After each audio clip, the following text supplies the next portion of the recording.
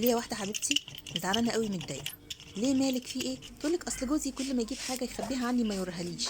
بشوفها فين وفين بعد كده او اشوفها لما يلبسها اصلا. ولو قلت له طب ليه ما قلتليش اختار معاك يقولك اصل ذوقك مش حلو.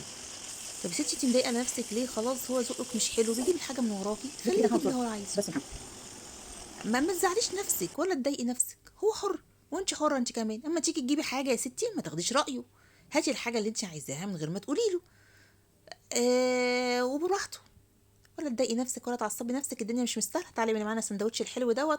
بصي عيش تورتيه عاملينه في البيت، هو نشف مني شويه بس تقريبا انا قرصت عليه في السوا سنه. المره الجايه ان شاء الله هطلعه مش مستوي كده عشان ما يبقاش ناشف معايا ويتكسر ويبقى اطرى من كده. عملته ازاي؟ بطريقه سهله جدا.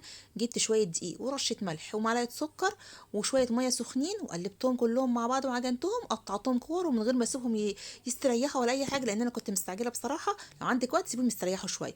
ورحت بقيت افرد واحط على ظهر الصينيه واستوى بسم الله ما شاء الله وكان زي العسل. واهم حاجه تغطيه بحاجه عشان ما ينشفش منك وما تقرصيش عليه في السوا زي ما انا عملت عشان ما ينشفش منك.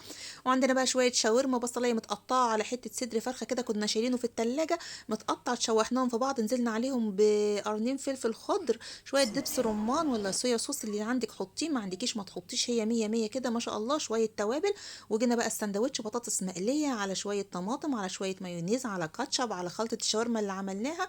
وبعد ما خلصنا شويه طماطم كده، لو عندك بقى خيار مخلل حطيه هيفرق جامد في الطعم، بس احنا ما كانش عندنا. فالسندوتش كده ما شاء الله. لسه تتفرجي علينا، تصلي على النبي صلى الله عليه وسلم وتحطي لايك وتشتركي في القناه.